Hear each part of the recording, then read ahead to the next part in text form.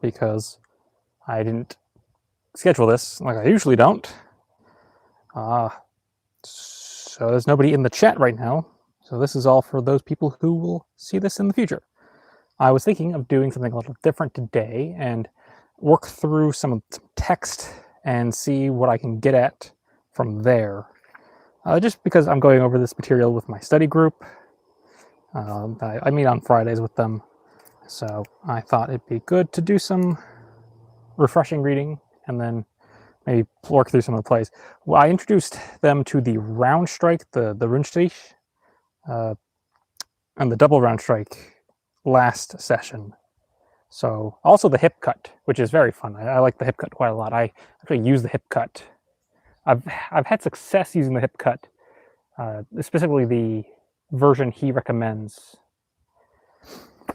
in tournaments, because this one's fun. This is a fun one. So I can start with the hip cut. I guess I need to actually read the text if I'm doing a text study with you all, so that you can kind of see what I work from all the time. So the hip cut goes as follows. Guide a powerful high cut toward their head.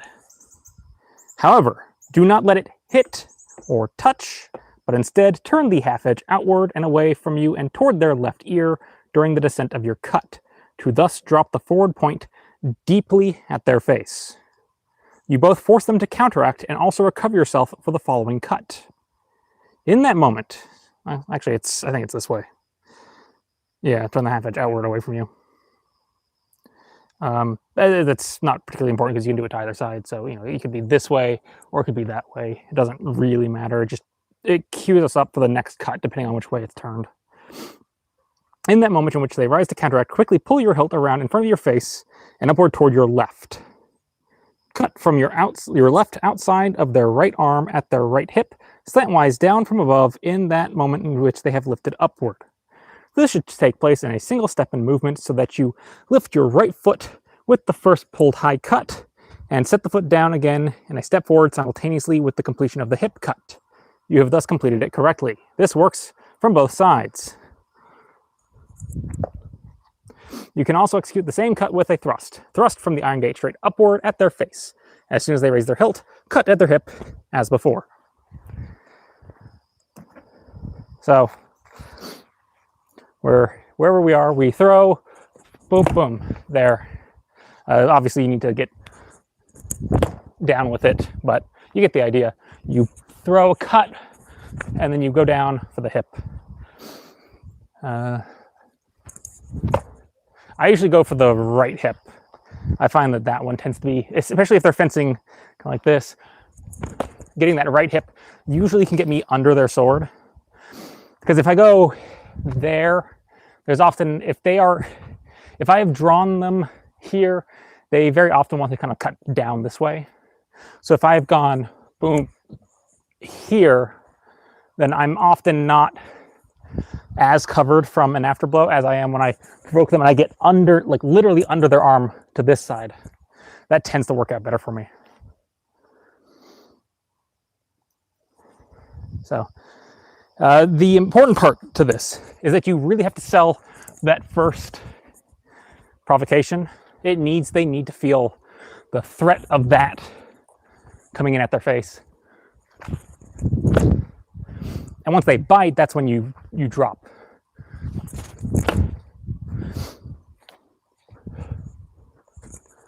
Ah.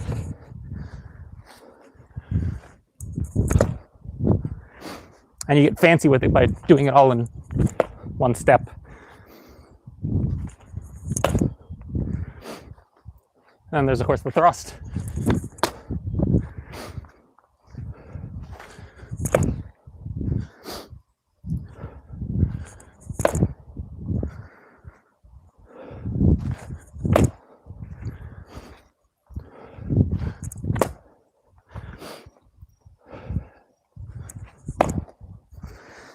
Just like that.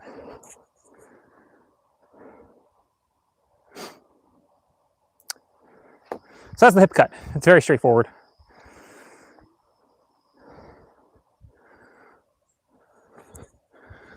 I kind of like to do it with a bit of an additional flourish first.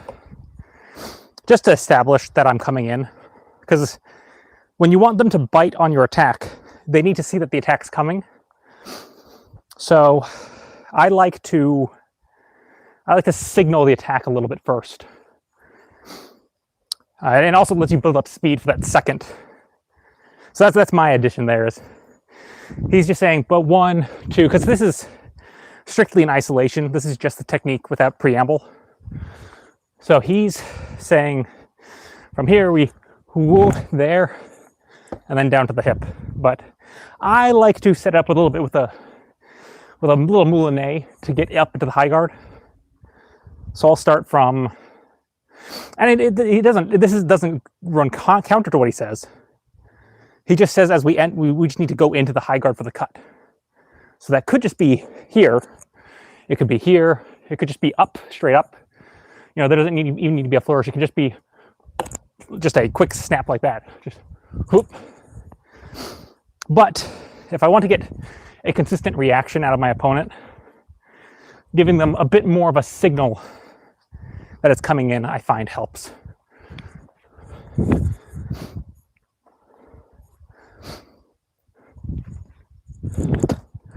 And then you can go in.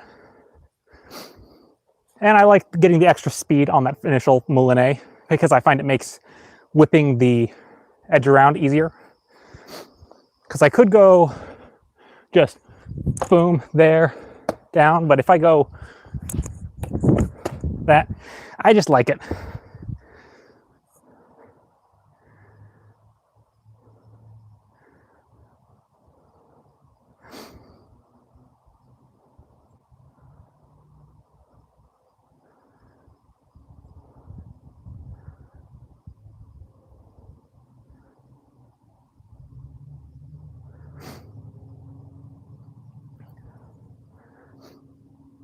Yeah, I mean, it's fencing's all about what information you choose to give them, what information you fail to hide from them, and then what information you do hide from them. So what I like to say is, you know, to tell a good lie, you need to hide it in truth. So people talk about just being like, I'm just going to feint, boom, that works some of the time, sure. I mean, it's a classic, but I find it better to add a bit more believability to that, to whatever that action that is. But of course, you can alter this to the temperament of who you're fencing. Right? Some people will shoot off if you just go like they'll bite. You don't need to give them anything more than that. Just go whoo, and they go panic, hit them. Sometimes you need someone who's going to need a little bit more convincing, so they don't call your bluff. And of course, one of the benefits of making your feints structure like they're going to be attacks is that they can just become attacks. So if I realize that I'm about to stick that point in anyway, then I stick the point in. There's no reason to not land the hit if that feint actually can land as a hit, and then just land it as a hit. You don't need to feint it if it's going to actually work. So that's kind of the trade-off. It's getting good at knowing when you should peel off from what you're doing and when you should actually keep going with it. What else was there? Oh yeah, this is the fun one, the round strike.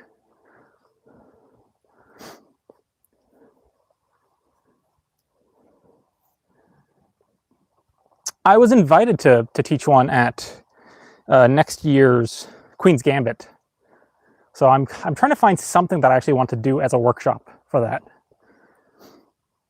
But I haven't found anything quite yet. Maybe something on the Prellhow. I like the Prellhow. And there are a lot of plays we can work off of from that, so that's good.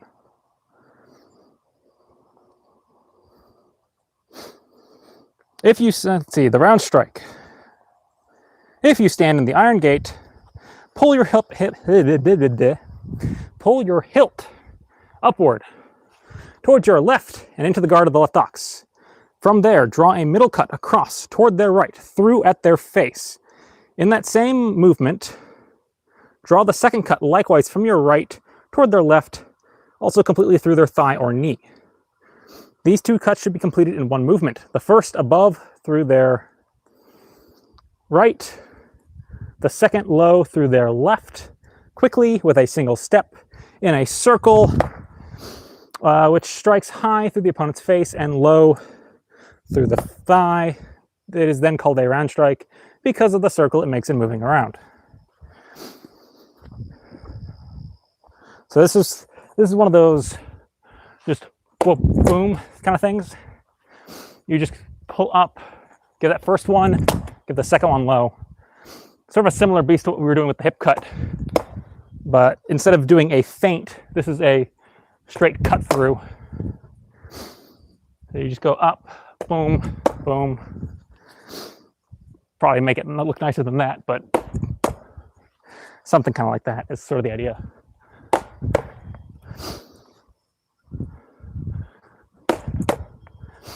Now, obviously, there's not necessarily an expectation that you're going to be like at liberty to just land 2 hits on them.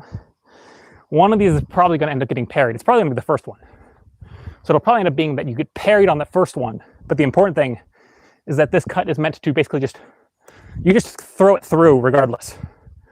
So if they make the parry width against it, as long as they don't like completely blast you on that parry, you'll probably be able to pull your sword through anyway and keep moving. You won't have hit them. They'll have deflected you off, but you're not necessarily going to get trapped in a bind. It's, let me see if I can explain that. So it'd be more like you kind of go like there. So they'll block the hit. They won't get hit by that first cut. It'll go kind of like this, and then you'll pull through and then throw the next one is the idea. And the fact that you're doing it in 1 step is where you get the timing for this, is that it's not like 1, 2, it goes, and you do it in that single step. So to steal the concepts of tempo from Italian sources, every movement you make is a single tempi. So a step is a 2 tempo action. So 1, 2, 1, 2. But if you go 1, 2, 1, 2, it's going to be slowing you down.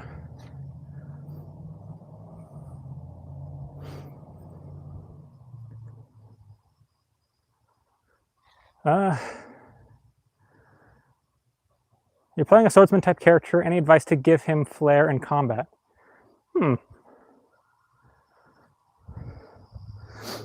Flair in combat.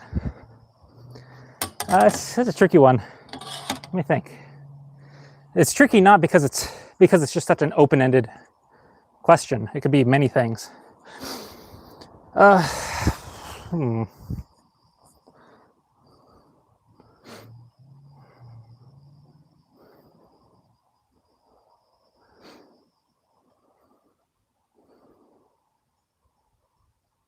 I'm not sure. I think if you're playing like a Battle Master or something, that gives you a lot of, like, the Battle Master already comes with a bunch of maneuvers. So if you're doing a Battle Master at all, then leaning into that and just trying to expand on the maneuvers and what your character is trying to accomplish by them, what they're sort of strategizing, might be a good choice there.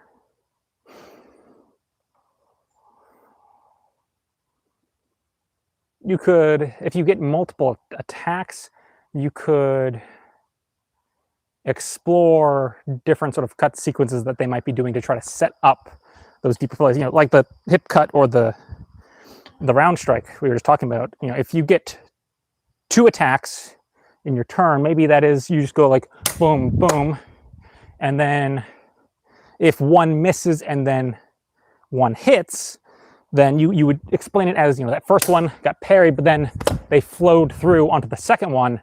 So it was miss, hit, and you rolled for damage on the one that hit. Or alternatively, maybe you just gave them the old brute force, boom, and then you managed to hit both, but you were kind of like hedging your bets.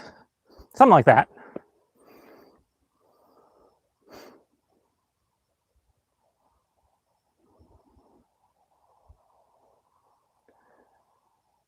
Let's see here.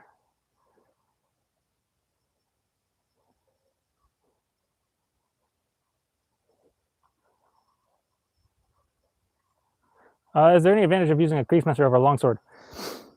Depends. I mean, there's so much variety in which it could be. I mean, typically your crease master is going to be a better cutter. That's just very loosely speaking, it's going to be the better cutter. But you know, your mileage will vary depending on the exact blade profile you're working with. All right, the double round strike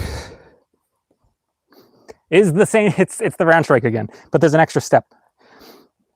Cut the first across from your right toward their face. So this is where it changes. Instead of starting from boom, ox, left cut, we're going to start from right to the face. However, do not let this hit.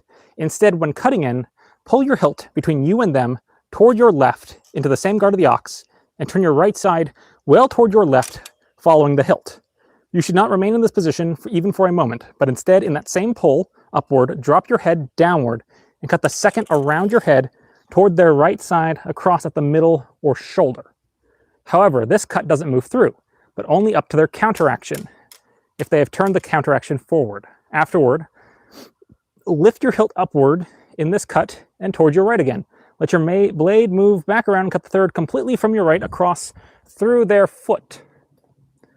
Regarding the steps, hold yourself like this. For the first two middle cuts, set your right foot forward, only a little forward, yet not firmly on the ground, but recover to take the weight with this step so that you can step more properly and farther with the same foot in the third cut. Thus, as soon as the foot touches the ground in the first step, it should be lifted again and set forward with the third cut. You should carry these three cuts out in one motion like an upright capital S with two quick steps. In addition, the last cut should be the strongest and be cut completely through. The other two should be smaller, only up to the opening, and be pulled again from the same. And as said, everything in one sweep motion. When you learn to make these two round strikes, namely the single and the double, correctly and well, since advantage and not power is part of all pulled cuts, you will be able to fence very many nice and skillful sequences from them. So this one's about training, our ability to basically throw these sort of partial cuts. So you know, you could cut through, you could also just cut to. So he's talking about giving a cut to, a cut to, a cut through. I guess I should have done something that I can actually cut through. So again, it'd be a cut to, a cut to, a cut through. I am running out of room there. And importantly, this is again messing with that timing thing. So we are doing 3 cuts, but we're only taking 2 steps. So that's where we're getting to that funny business again. So it's like 1, 2 steps. 3 cuts, 2 steps. 1, 2, 3. And then speeding that up so it, you know, you're not like hanging out in the air.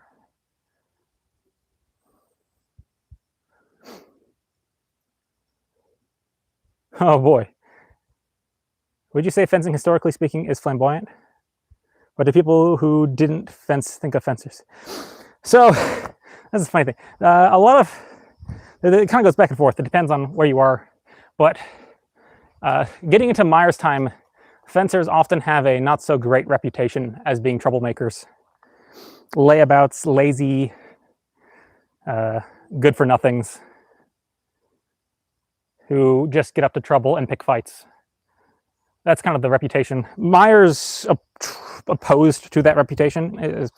He's trying to be like, look, these are the virtues of fencing. You know, this should be conducted with more composure than these street fights. Those are not real fencing. Those are just peasant brawls. They are not in my company. But I do find that fencing well often does end up looking rather flamboyant.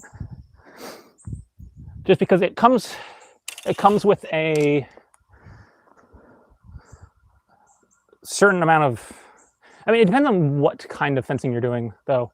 I find that one-handed swords tend to look rather flamboyant when you actually start throwing them around.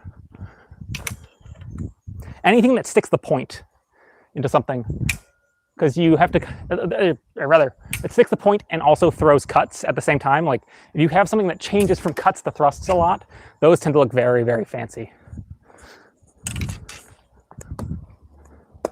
I enjoy those styles. That's why I like to do Myers Rapier stuff. I love the twirly whirly into the thrust. Ah, it's great. Okay, once more on the double round strike though. Let me pull this out for now. So we're in the iron gate. We take a single step, throw the cut, pull it to the ox, throw another one to their counteraction, but as we take a step and land it on the second. Ah, messed that one up. Still not there. Yeah, that's the tricky part, is timing that second one is the tricky part.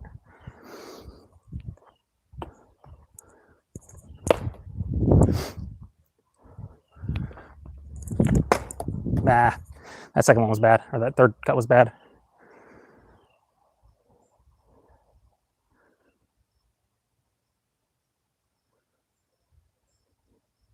Hello.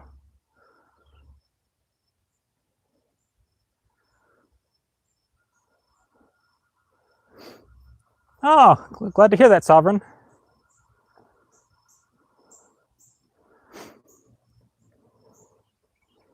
Joining a club for the first time, because of me, they use the Lichtenauer longsword. What is that style known for? Thumb. Thumb, thumb, thumb, thumb. That's what Lichtenauer is known for, thumb. I actually have my longsword with me. Slight. Stay. Stay. Nope.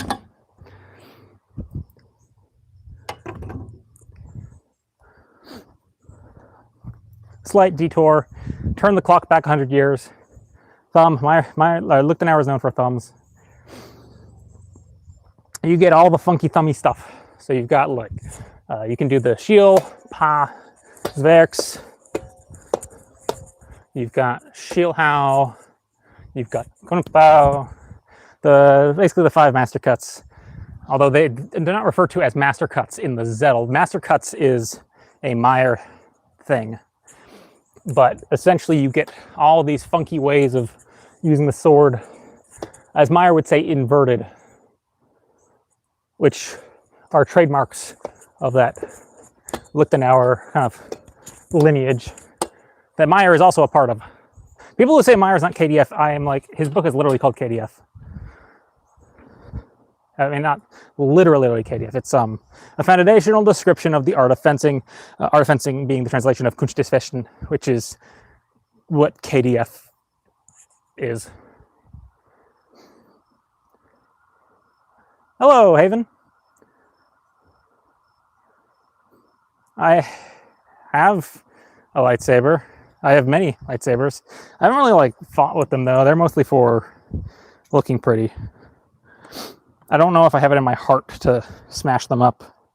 I have like one that's my dedicated beating light sword, or light sword, but most of the ones I do not actually whack into things because that's just not something I want to do to them. Especially those pixel blades. Neck cut. Ooh, the neck cut's a fun one. If they thrust or cut from the same side, oh, here, hold up.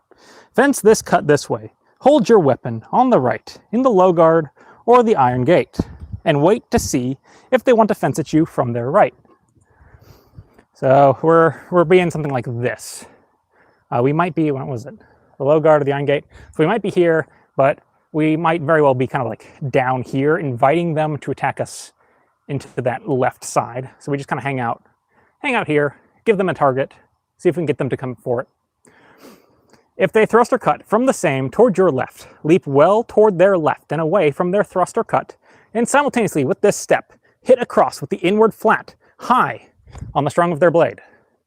In that moment, I guess high, in that moment in which your blade touches on theirs, leap quickly further around toward their left side during this. Instantly draw your sharp edge toward their right through their neck. After you've pressed their after you've pressed their blade downward with your flat. Boom. As you have now completed this from this side, you can also direct it in the work from the other side. You can also complete the cut freely without any preparation after they have dropped down, or cut through and missed using a middle cut across toward their neck, as you will have sufficient examples in the following sequences. So basically that whole thing there at the end was basically to say, this is a good cut. You can use this cut. It's a fine cut. You don't have to set it up the way he says it if you see an opportunity to use it. That's a fine cut.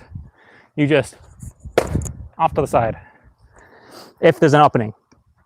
So what he gave us was one way to set it up. Let's set this, put that kind of like that, put that there. So the idea is that we have given them an opening. We're here, we're waiting, then they start to attack at us. We go boom, down, and then another one through. Obviously, you're going to get more resistance out of somebody than this stand, but you get the idea. It's here, through. I'm going to try to whack it less so we maybe end up in more of a more, it's probably going to be more like this. This is more about where you're going to end up. But the important thing is that you're in an overbind. I guess he does say strong. So we're kind of going like that. And we're getting over their sword where we have a leverage advantage over it. And then we leap again, cutting through at the neck.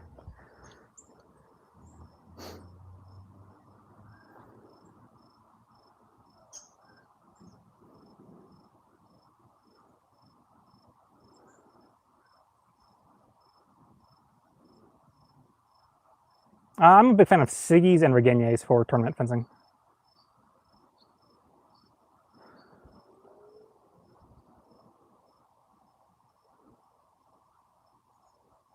Oh, thanks, Lunch Guy.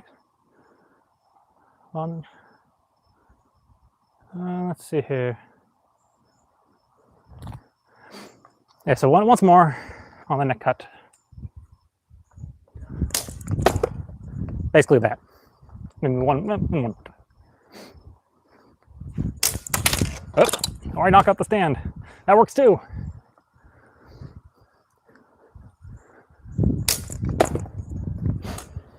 Leap, hit, boom, in. Good old simple thing. Continuing.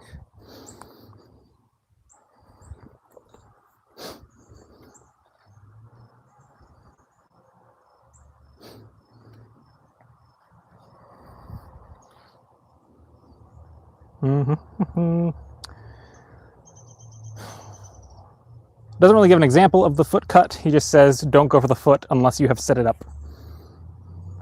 Hand cut can be completed in many ways. It's the best cut.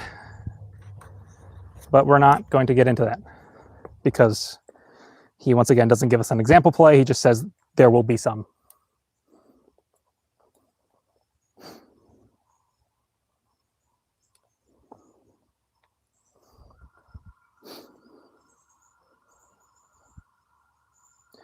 The double cut. If an opponent cuts at you from their right toward your left, cut to oppose their cut with a horizontal or low cut and catch them. The higher in the air, the better. Take note, as soon as their cut glances on your blade, turn your half edge inward on their blade and draw your long edge sharply up from their blade and through toward their face. In this cut, pull your hilt upward and let the blade move through and under their right arm, toward your left. Leap simultaneously well out toward their right side with a bent body. With the long edge, cut outwardly over their right arm at their head. These three cuts, when you execute them correctly, are completed swiftly in one motion. It is easily gathered from this double cut how one should double all other cuts. Now, in further consideration, the foot cuts, slanted and across, including all strikes, then are also four like the cuts, namely high, slanted, crossing, and low strikes, and can be completed with the inner and outer flat. Since these can all be understood well in the subsequent sequences, it isn't necessary to deal with them here specifically, therefore I will proceed to describe and list the thrusts and blah, blah, blah, blah, blah. So going back to the thing where we're actually doing the play here. If an opponent cuts at you from their right towards your left, cut to oppose their cut with a horizontal or low cut and catch them. The higher, the better. Take note, as soon as their cut glances on your blade, turn your half edge inward on the blade and draw your long edge rapidly up from their blade and through their face. In this cut, pull your hilt upward and let the blade move through under their right, towards your left, leap simultaneously out toward the right side with the bent body and cut outwardly over their right arm at their head. This one is going to look weird without somebody else applying pressure because that's where doubling comes from. It's you collect, and then as they give you pressure, that's your opportunity to basically turn and cut through, and then you do the second one. So it's going to look weird without somebody actually pushing on the blade. So there, they apply pressure from their cut. So we yield to that pressure and draw through the face as they basically go to push. What is this? Oh dear. This is a public safety message. I am nowhere near Ashboro, though.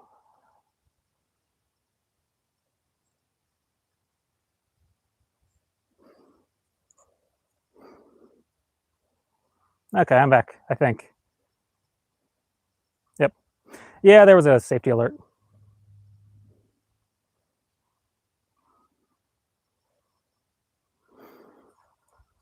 Okay, let me... so, circling back, I don't know how long that was out for, but the idea is that we throw our initial cut up to catch them. We're trying to catch that cut early, but the way doubling works is that if they try to give us strong bind pressure, we yield to the pressure they're giving and turn our blade and basically just let them push to their left, to our right. So that's why it's important that we catch this early, because we want to have as much control of that center as we can. So we try to catch it early. They don't want us to have the center, so they're going to push to try to move us out of the center. We say, fine, you can have the center. I'm going to turn my blade and cut, boom, and then out to the side. So without that in the way, making things look weird, we're here, we go catch, boom, there. Catch, yeah, catch, cut through, out to the side.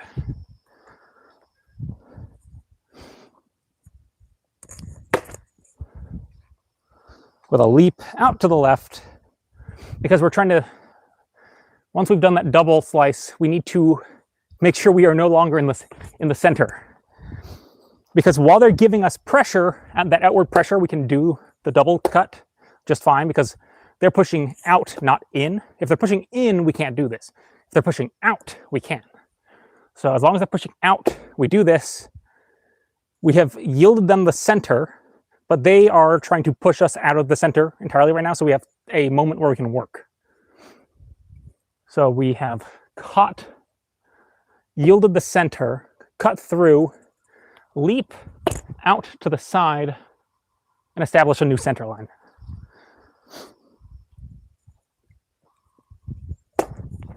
Or I whiff it.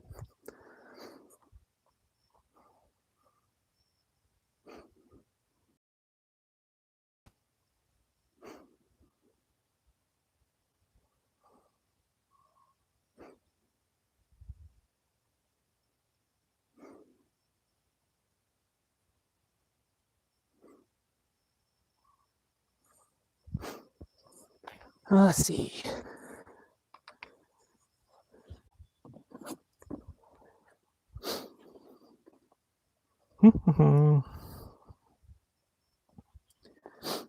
The face thrust. Initially learn to thrust this from your left with your palm upward like this. Position yourself into the guard of left ox.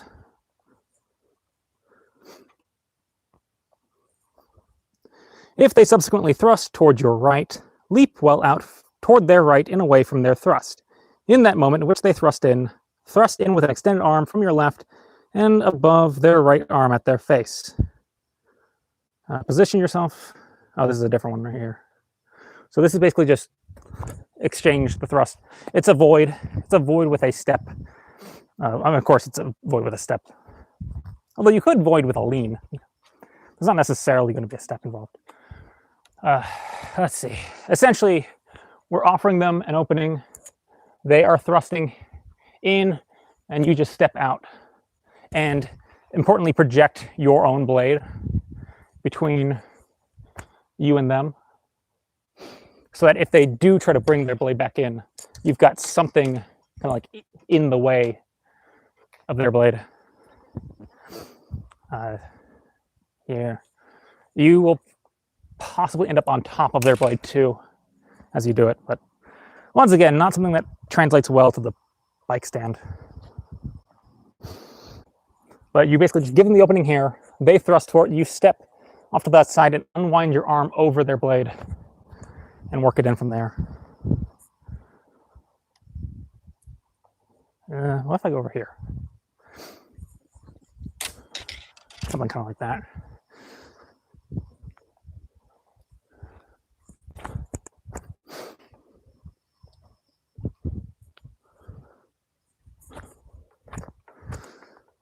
Let's see. Yeah, it's a spicy one.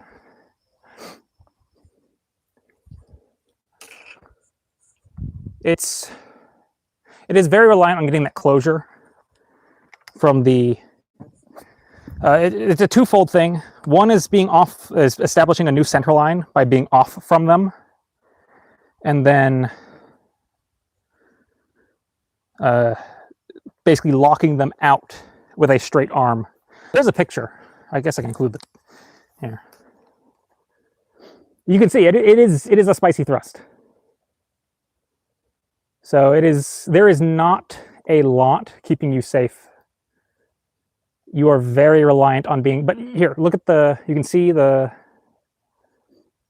that's indicating where his feet were. So they're showing some spatial distance here. So he was in line with the other fencer. He has stepped offline and then is trying to basically lock out that center line with an extended arm, with a void of the body, getting you off the original center line, step off to a new center line, and then lock them out from taking the new center line. If that makes sense.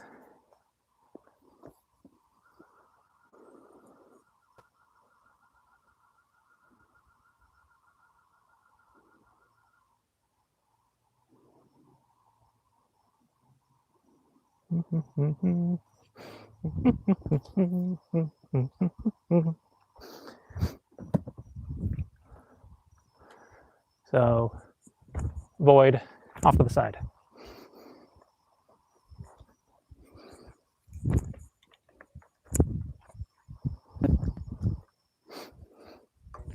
Give them the opening, they thrust, leap, boom, in.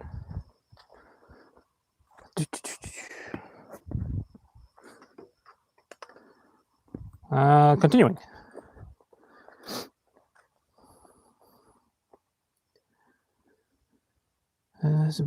Oh, then he gives you a description of how to do it. Oh, no, this one's doing the same thing, but with an extra step. So for the next one, you position yourself into the guard of the right ox, and as soon as they thrust at you, step with your... Oh, this one's extra spicy. I remember this one now. As soon as they thrust at you, step with your left foot to your left side and out away from their thrust. Quickly follow with your right foot out toward their right side. Simultaneously with these steps, let your blade drop down toward your left side and snap around into the guard of the left ox next to the same. From there, in that moment in which they thrust in, thrust over their right arm and at their face as before. So we start in the guard of the right ox. This one's expecting quite a lot out of you. So you need to be able to step off, boom, boom. So my understanding of this is it's trying to make your intention a little more obscure, but it means you have to be able to do more in the span of a single thrust, which is asking a lot. So here we're giving, for the original one, we're just hanging out an ox, giving them the center, and then we're just unwinding out and over. With this one, you're starting in the right ox and then trying to get out, over, and through. So you need to, before the thrust lands, you have to be able to get over and through to the other side. So you need to be able to get like a dirt vexel, a change through, before the thrust lands on you, and then also get, I don't know how much you'd actually be going all the way into the other ox. I think he's just using that as a reference point of like, kind of like winding through and then unwinding on the other side. So I think in practice, it's probably going to end up being more like that, where it's just a change through, and then you're out. I suppose there's also the step of the left. It's left then right. So left, right, man, and don't miss. Left, right, through.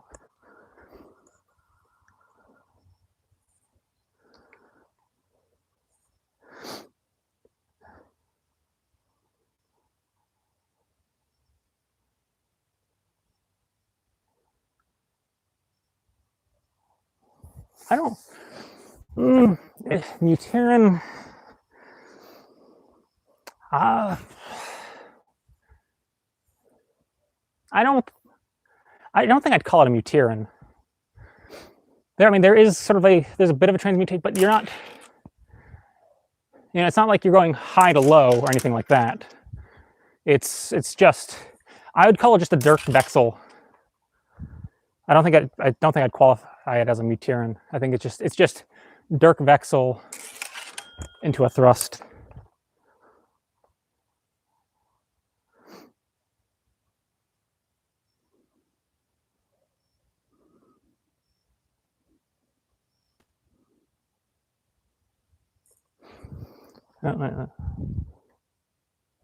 Could I win a 2v1 against Sellsworth Arts? I mean, who's my 2? A 2v1 is hard to win, so odds are in my favor if I'm the 2. Odds are not in my favor if I'm the 1. If I had to fight, if I have a 2v1 David and Clark at the same time, that's not going to go well for me. But if I get to 2v1 David with Clark on my side, then that'd be a different beast. It's very hard to fight 2 people at once.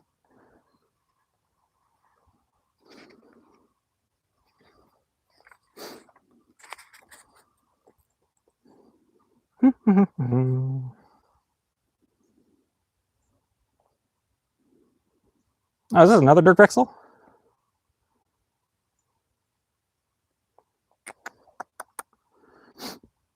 This thrust is carried out in many ways, of which I will present one to you. If you find your counterpart in the onset in the iron gate, threaten them with a thrust from the left high guard of the ox, while stepping out over their right arm and toward their face, but such that you remain high with your hilt. Take note while doing this. If they lift their hilt toward their right, intending to divert or counteract your thrust, let your forward point drop. Oh, let me actually get my sword. So we're starting left guard of the ox, stepping out, threatening them with a thrust toward their face.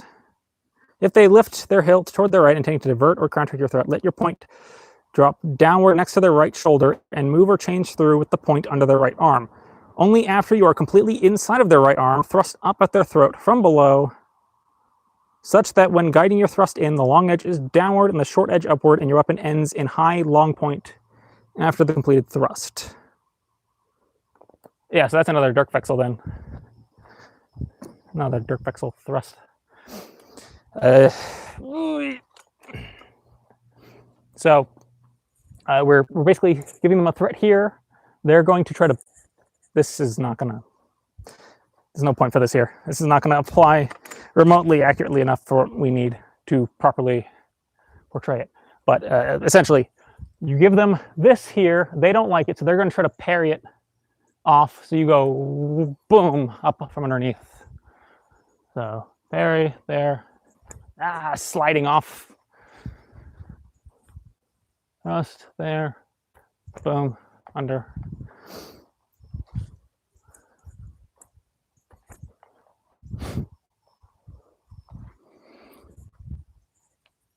Ugh, doing that a little too close, I think.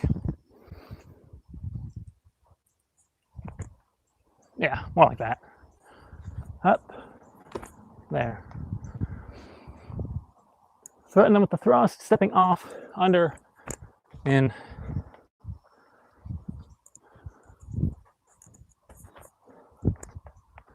Thrust, under, in. No, I'm not playing Silk Song.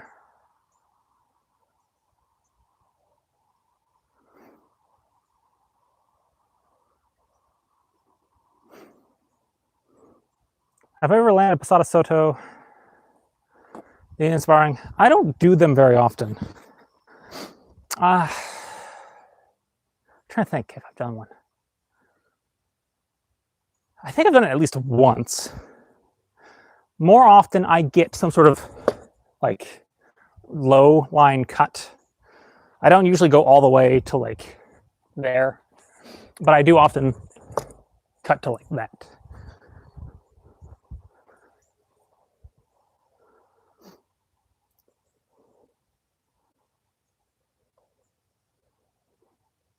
Let's see.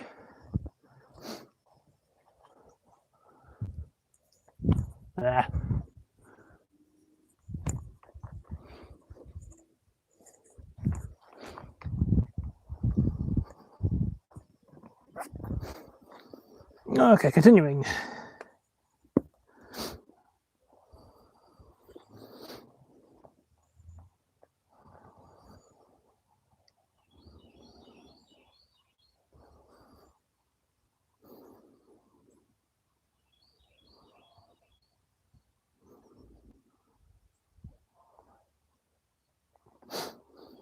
The heart thrust can be correctly used in the work from above, from the middle, and from below.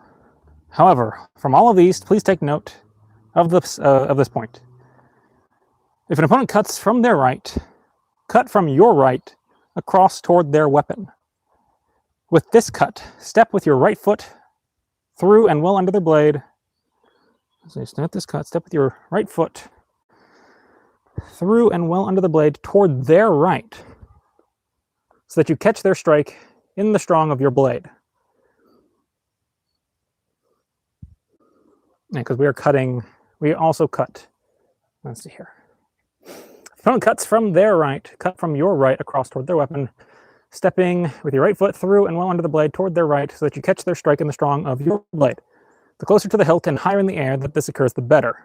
In that moment in which the blades glance together, turn the point inward toward their left breast so that your blade remains on theirs, and so that the half edge is turned onto their long edge and thrust in while remaining on their blade. And in all of this, take diligent note about whether they want to move away from your blade. As soon as you feel this, turn your long edge back toward their blade, moving with a slice on their blade. Keep their blade in front and toward their body, and observe where you can sit on during this to your advantage. That's all more than I can. That's more than I can demonstrate here.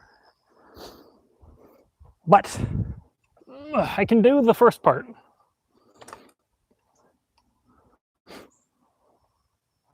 So the idea being they're cutting in from their right, we cut in from our right, but we are specifically stepping through to here, then turning our edge and placing the thrust. I am once again out of frame. I'm gonna move it. I'm gonna move all this over.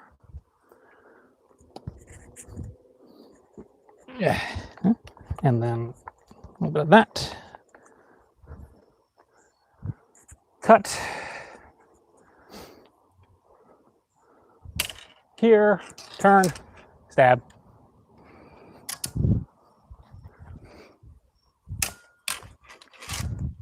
I suppose you could even whip it kind of like that.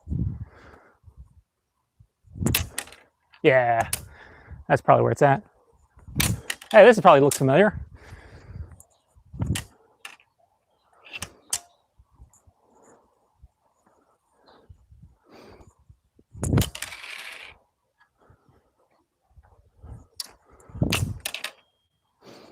Yeah. Straightforward enough.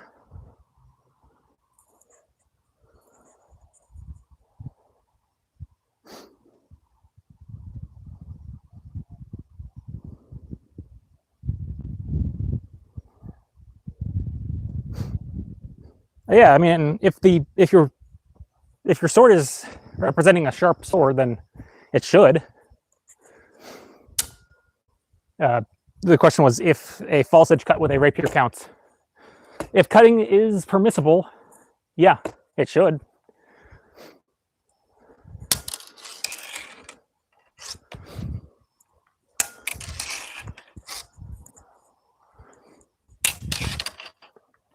Yeah, I keep trying to do the left step, but I need to get over that impulse. Meyer's very particular that we are mostly working with the right foot when we're doing rapier.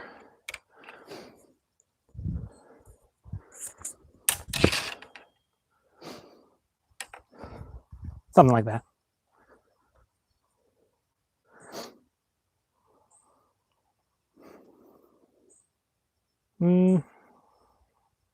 Doesn't that move leave you defenseless?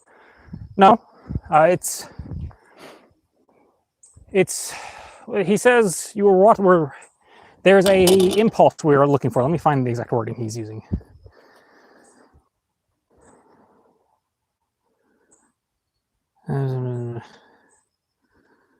Or was it the other one?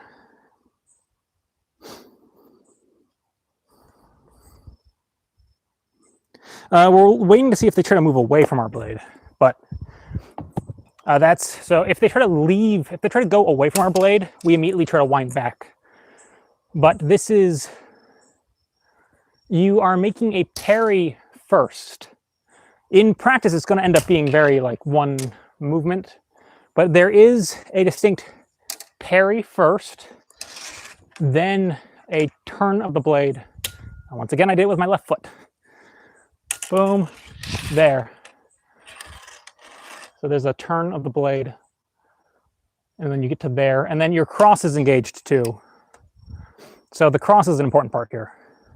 Initial contact, cross, there. That basically keeps them from being able to just track their blade back onto you. So their only choice from there is to try to pull back. They can't go forward because your guard's in the way. So they have to go back. And that's what you're feeling for. If they start to go back from you, you wind your long edge back on. So you try to go for this thrust if you can do it. If they try to leave, you wind your long edge and keep chasing them and don't let them leave.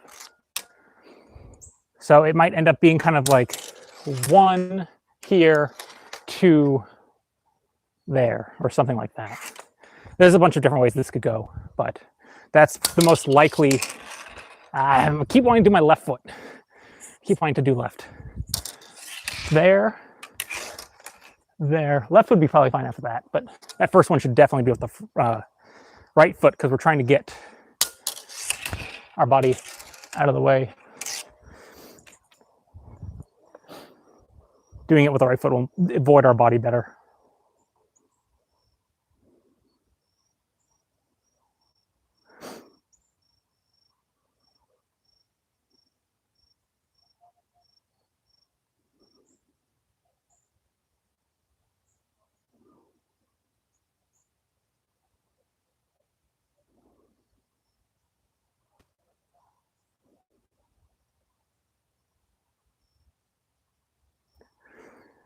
Okay.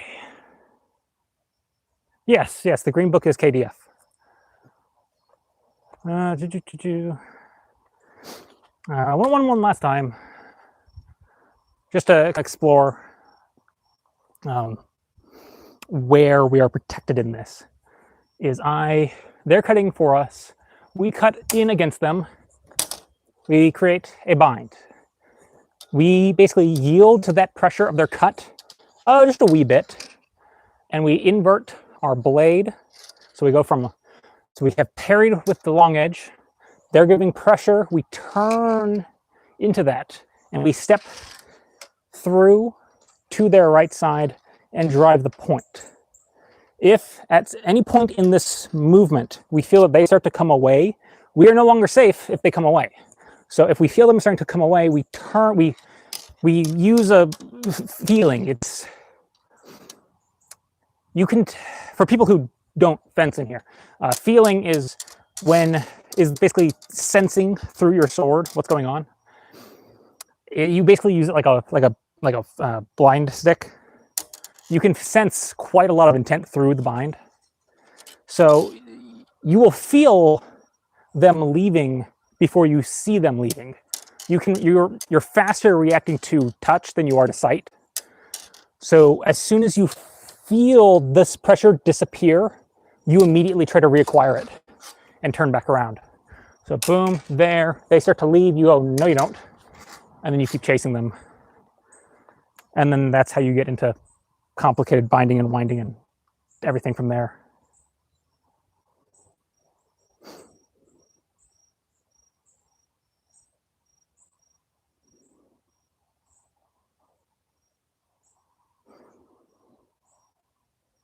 Okay, let's see.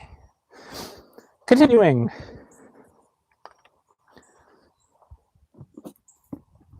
I'm trying to review all these for the study group session. Now that is my longsword section. I don't need that. Oh boy. I think I'm gonna have to skip this one because I don't know if any of you can be adults about this.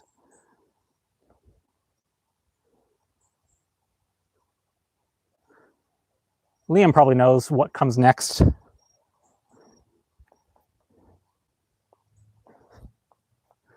We had the throat thrust, the heart thrust, the face thrust. Now there's one more thrust.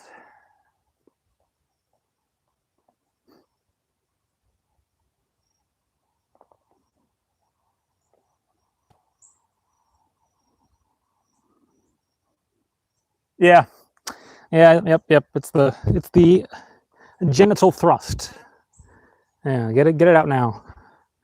If an opponent cuts at you from outside at your right thigh, knee, or foot. Opponent cuts at you from outside at your right thigh, knee, or foot. Catch their blade with a countercut from your left. I have to invert this. So they are not cutting from the inside, they are cutting from the outside. Towards our leggy bits. Turn that, get that, there, something. This is probably not going to work for my purposes, but we'll see.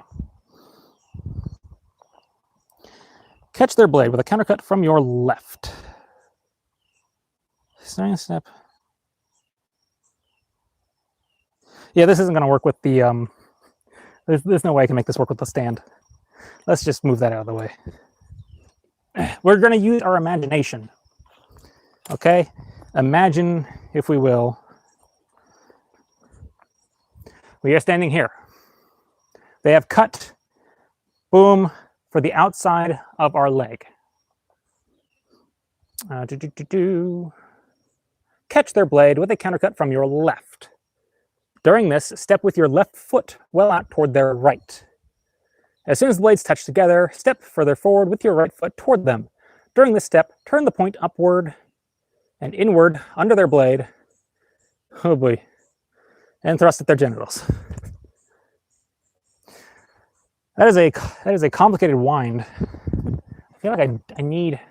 Hey, I can demonstrate the wind, and you just have to pretend it's lower. So pretend this is all happening like down here. So you've done a parry like this.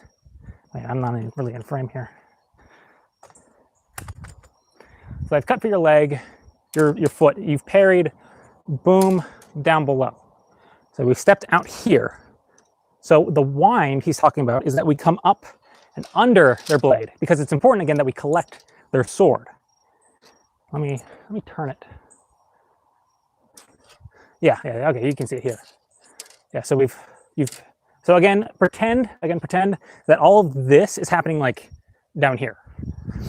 So we have parried their cut for our leg, and then we bring our blade, we step out with the left foot, come up underneath, and then we catch them like this.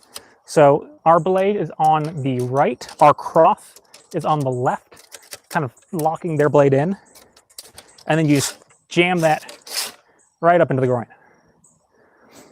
Yeah? Okie dokie.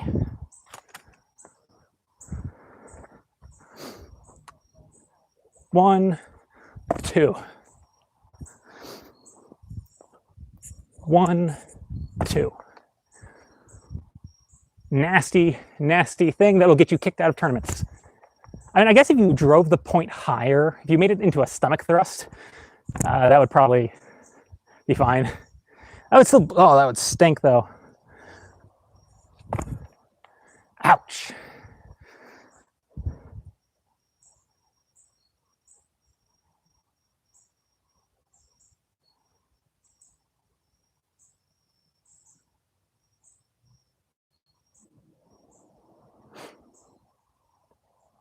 I prefer sword alone over paired. I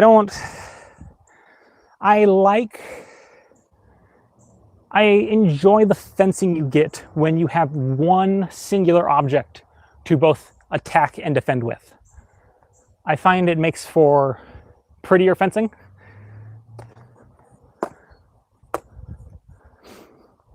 Having a parrying dagger just ends up looking, it's really like good sword and dagger fencing is very technical and like it's like watching a game of chess play out, like two-dimensional chess, or what, three-dimensional chess, there we go. It's like watching three-dimensional chess. And it's really complicated and really technically impressive when people are really good at it. But it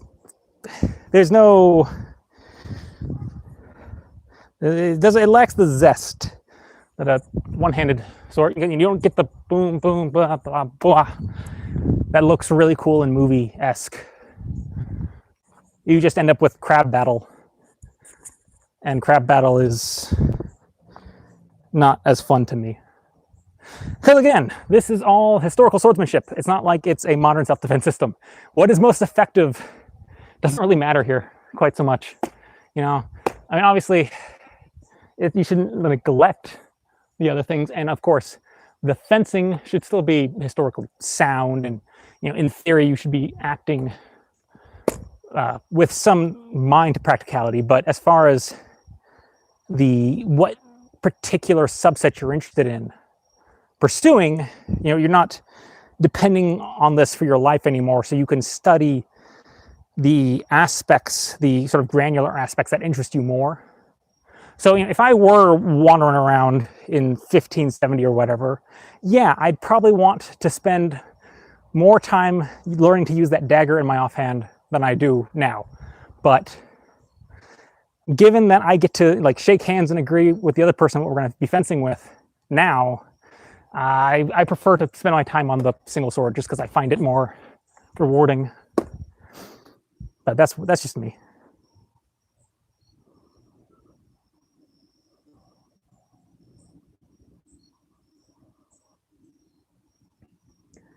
I don't have a mod, unfortunately. Where's Liam? Liam, I'm going to promote you.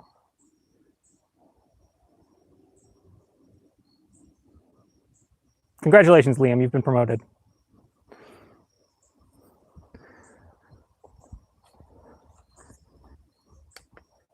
And I don't have much longer, but I think I can get through the last of the thrusts if we're quick. My daughter is almost back home, and we're going to have movie night. Wait, do I? I might not have enough time for all these cuts, or these thrusts.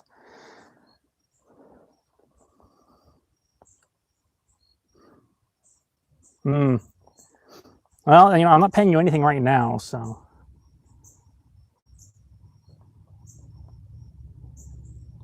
I'll multiply your salary by yeah, I'll double your salary. How about that? Yeah, double it. Let's see. The reversed thrust. This one's fun. This one's very cool. Although this may be initiated in many different ways, there's only one way to end it, so position yourself like this. I like how he says that.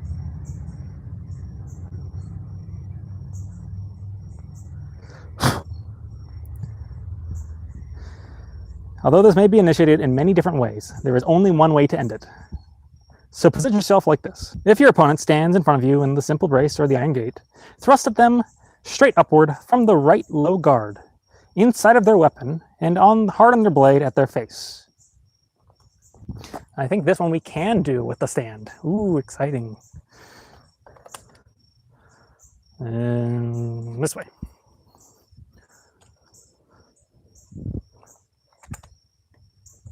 Yes. Yes? Yes.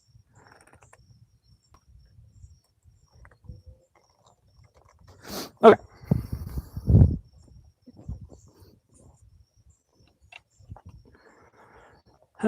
Thrust them straight upward from below, from the right low guard, inside of their weapon, and hard on their blade at their face. During this thrust in, turn the long edge toward their blade and upward towards your left. If they press or guide their blade away from them toward their right,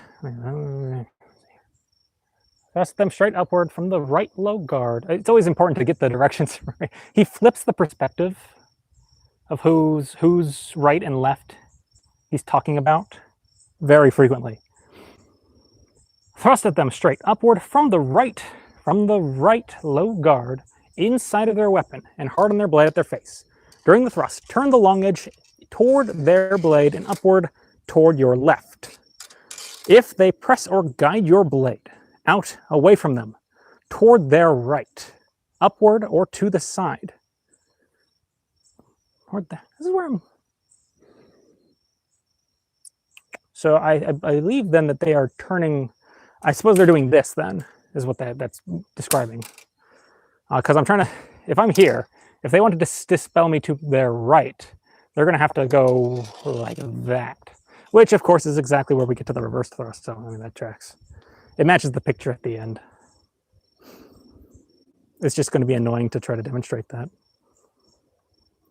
If they press or guide your blade away from them toward their right, upward or toward the side, let your blade... So they're doing like this. Let your blade snap back around above and toward yourself so strongly that your blade swoops downward next to your left with the point down and back upward under their blade. Thrust in with the reversed hand under their blade at their right arm. As you can see, demonstrated by the smaller tenants. The point must be aligned using the snap around in the first fluid motion, otherwise the thrust is too weak. So they dispel our blade. So we're going boom, they're doing this kind of thing. We're going blah, there.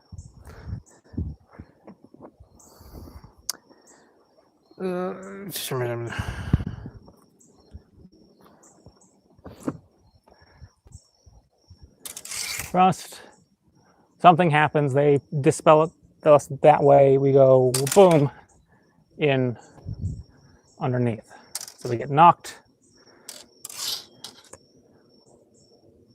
out this way somehow, and we pop through underneath and recatch it. That's one that really needs someone else here to demonstrate this. The displacing it to the right is too complicated to fake it with a thing satisfactorily. One. Whiffed it. There. They knock us away. We go in. Okie dokie. Oh well, that's fine. Yeah, it's the weirdest. It's the hands high flat blade snap around stuff is always the coolest looking stuff that you can do. but it's always a bit brain frazzly.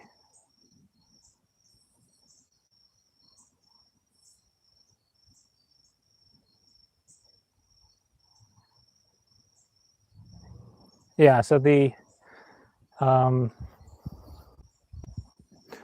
you're basically working off that they send your blade offline, you roll with it, and then come back through and snap around and plant the point. But it's movie night time, so I'm gonna wrap it up there. We almost got through all the thrusts, but you know, didn't have enough time for that.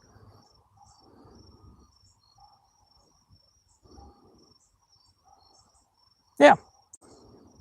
Any last questions before I turn this off?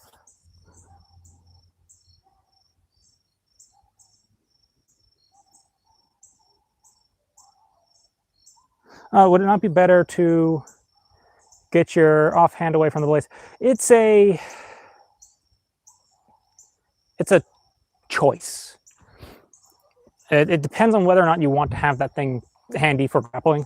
So if you want to keep it completely safe, keep it back here as you act, whatever. But if you want to have access, like if you want to be able to deploy it for grappling, maybe lovely example that's always a fun example here is they cut at you, you go boom here through and grab and do something, or you grab if you're feeling really confident, go for the blade, whack them with that. That's a bug. Yuck. Right in. That was unpleasant. Okay. Yeah, so boom, there, wham. If you're feeling spicy, if you can get close enough, going for their hand will be the safer if you make that happen. So that's easier to do when you have your hand out in front than if you have your hand, behind your back, because then you have to get all the way around here. And then I like to also throw my hand as a counterbalance. So I like to throw it out behind me through certain movements, or I will pull it to my main hand to power a cut. That's something you see in the Dusak section, is he will come up and use the second hand to give his cut more power than he can do with just one hand.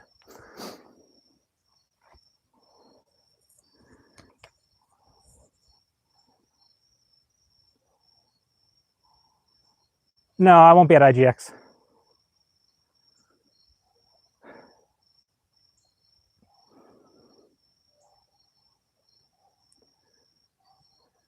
So put the offhand either to your cheek, to your hip. I mean, as far as against the chest. That's something I've picked up from Messer. Although it is also in the rapier section. Yeah, I'm wrapping it up. Okie dokie. Oh, that's true, you can't. Because I'm the one who has the power of the entertainment center. Because it is my entertainment center. I know how it works. I have the magic. I'm just trying to find one last picture. Where's the... Somewhere.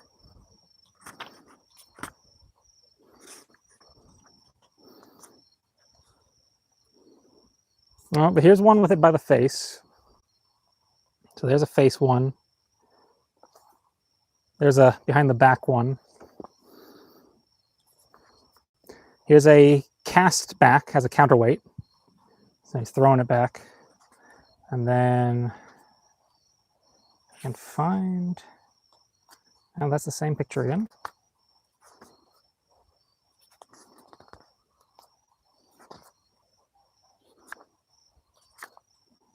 Here's one where it's across the chest. So there's down below the face at the chest. Oh, there we go. There's the one I was looking for. There. So positioned up like this. We are going to watch, what was it called? Death of a Unicorn?